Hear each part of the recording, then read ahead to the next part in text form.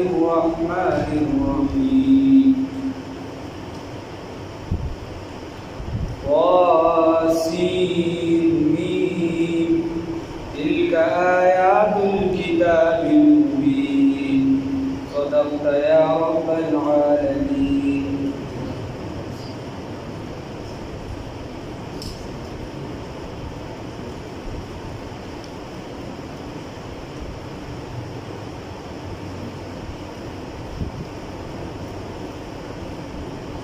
دینا سورة القصص شروع کی.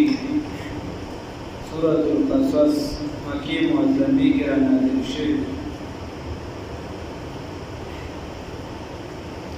دیکھیں مخی صورت کی واقعات و بعضی آغای جمالات او دلتا کی تفصیلات دا قرآن پاک دا اصول لی چکم دے کی واقعات و بارا ذکر کی آغای کی سنا سنوی خبر نور دلتا کئی نور خبر پکی کئی وضاحتون یا باری او قصص اصل کې ویلی شي د چا حالات طور طریقہ هغه پیژندل وغیرہ نو رسو بده کې د موسی علیه السلام چې کله لرشي مدین حتی چندنه تپوسو شروع په دې سره مکه آیات تسمیه الکل باسم الجز هغې د ولې د دې صورت نوم چې دا سورة القصص دا ګرځولی شي. الله رب العزت فرمایي واسمین اللہ پوہا دے پمانا دے حروف باندے یا اللہ خبوہی کی پمانا دے حروف باندے تلک آیات الکتاب دا آیاتنا دا کتاب دی دا داسی کتاب المبین چی واضح ان کی دی حق او باطل لرا داسی کتاب چی اغا واضح ان کی دی حق او باطل لرا قرآن عظیم الشان چی دا لار خی دواره حق لارن در تخی و باطل لارن در تخی استابیا وخد چه بار لار بنده ندو منگل ولو علیک بتا باندی من نبی موسیٰ دا واقعی دا سیدنا موسیٰ علیہ السلام و فرعون او دا فرعون بالحق برشتیا سرا دی قوم دبارا دا قوم یؤمنون چی ایمان روڑی نمک دا واقعان دا موسیٰ علیہ السلام و دا فرعون دا لولو رفتونی واقعان منگڑت خبر مبری بکی نشتا دا حقا قوم دا بارا چوی ایمان روڑی اس خبر دالا چی اللہ رب العزت فرمائی دا واقعان بطور واقعان دا صرف دا پارا دا هغه کسانو چې ایمان راوړي مطلب دا ایماندار به د عبرت حاصل وي مطلب دا چې د چا عقل پوهه سمه وي هغه به د دې سره ایمان راوړي. ان فرعون یقینا دا فرعون چې دی علا فی الارض فرعون چې دی دا به د هغې د مصریانو چې دی لقب سرکاري د بادشاه لقب فرعون د خپل نوم به بل څه وي خو دغه به چې دی د فرعون به لقب حضرت یوسف علیه السلام چې د چا په زمانه کې و هغه زمانه کې یو فرعون هغه فرعون د هغه نوم ریان بن ولید دا یوسف علیه السلام چې چا په وخت نو د هغه نوم ریان بن ولید او حضرت موسی علیه السلام چې د کوم فرعون په زمانه کې هغه د ویل شي ولید بن مصعب اوس ریان بن ولید چې دا ډیر زیات نیک سیرت او حتی چې بیا په یوسف علیه السلام ایمان هم راوړ او دا ولید بن مصعب چې دا سخت لالچي او ظالم ډیر سخت ظالم بلکې تاریخ والا لیکي چې 400 کاله حکومت یې کړو په ده باندې پکې چېرته بیماري نه وه راغلې سربوږي به چېرته نه وه راغلې معمولي بیماري نه وه الله وایي ان فرعون یقینا دی فرعون علا طغا سرکشي یې کړې ده لوی یې کړ تکبر به یې کو که نه وایي زه لوی یم انا ربکم الاعلی زه ستاسو لوی خدای یم د ټولو نه نور خدایان پکې د کوم ځای نه راځي زه ستاسو لوی خدای یم ان فرعون یقینا دا فرعون چې علا فی الارض دی علو کوي سرکشي کوي په ځمکه کې وجعل اهلها وګرځولي دي اهل د ځمکې شیعان شیعګان ودا شیعګانو کې یو کس هغه اعتراض کړو اعتراض یې کړو بعضې خلک یې دفتر په کې جوابات ودا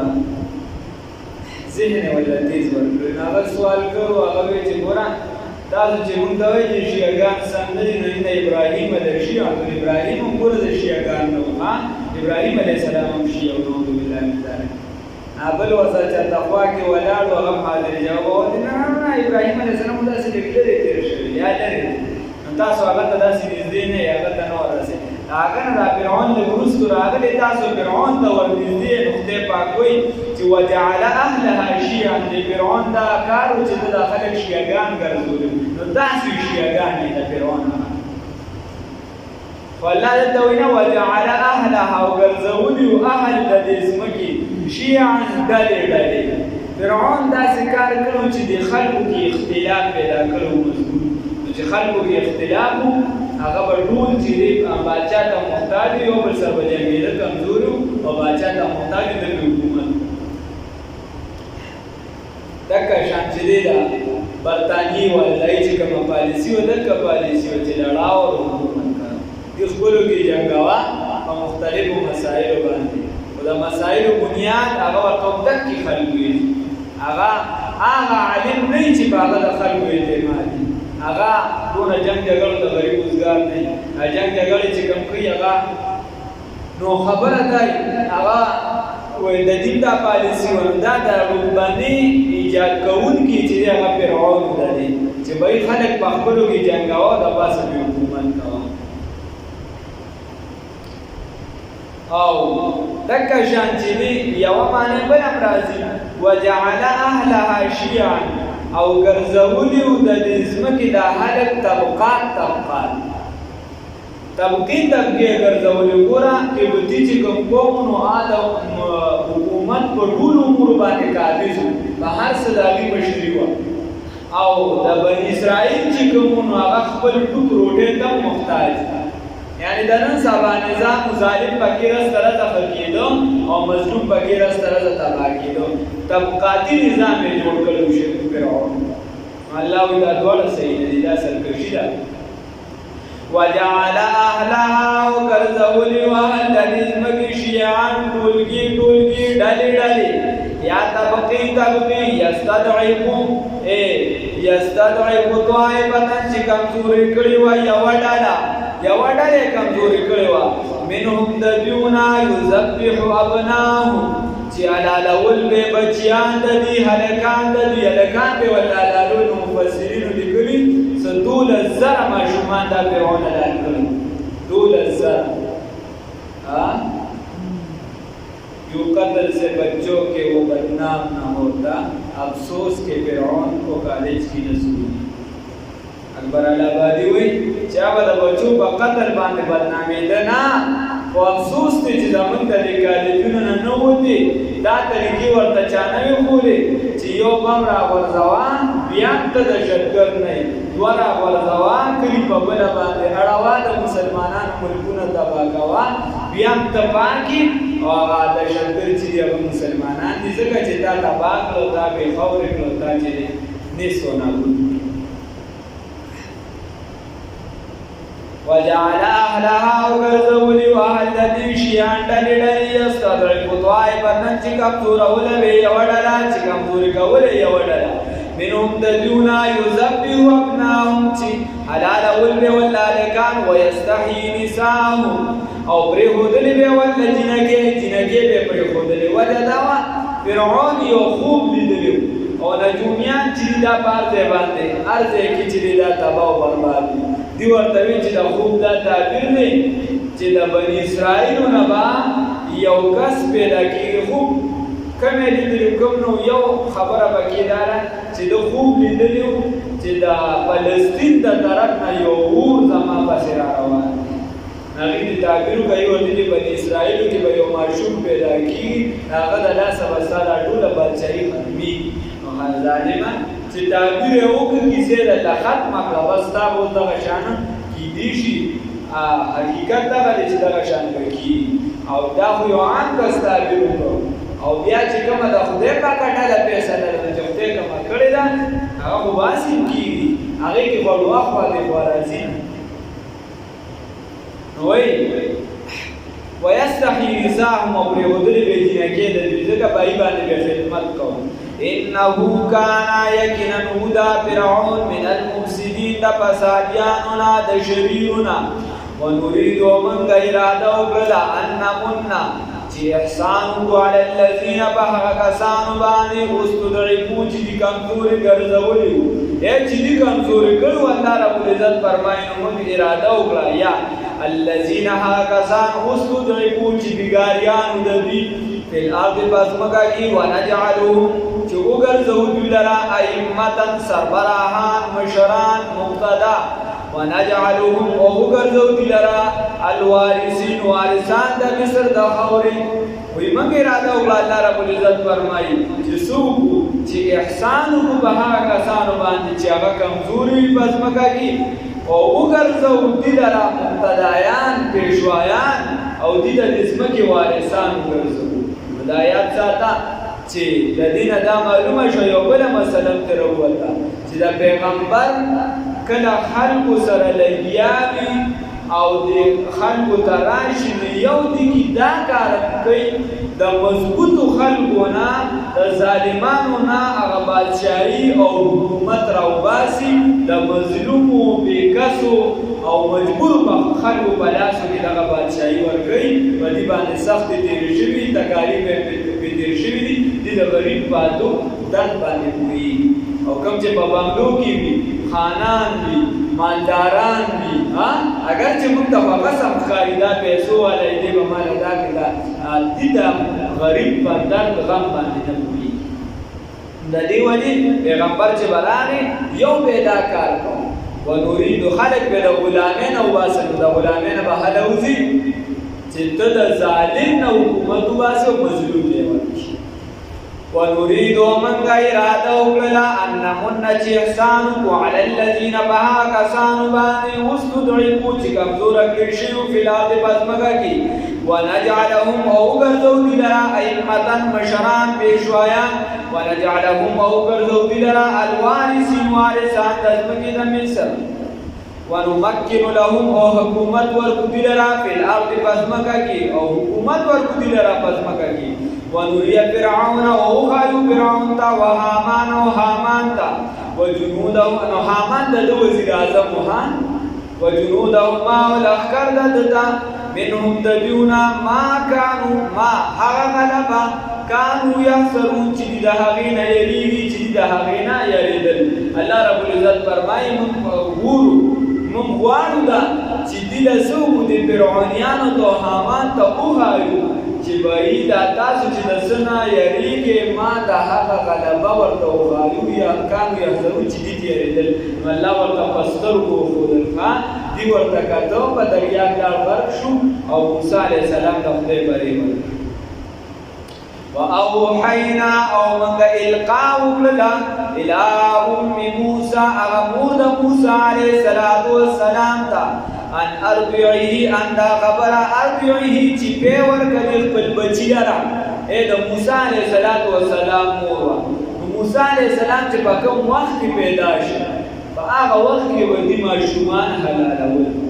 ماشومان به حلالول الله موسی علیه السلام مورم یریده په دوه خبرو یریده وروسته ورپسې دا یریږي را روان دي الله وایي ولا تخافي موږ ورته مه یریږه په څه باندې تقتل ولده د بچي په قتلېدو باندې باندې مه یریږه دویم نمبر ولا تحزني او ته مه غمجن کېږه په څه باندې په خپل ولا تخافي مه یریږه په خپل ځان باندې چې تا به قتله کړي او دویم نمبر ولا تحزني په خپل بچي مه یریږه چې دې ما دریاب ته صندوق کې ورویشته نو دې اوس ډوبېږي غرقېږي الله وایي داسې نه ده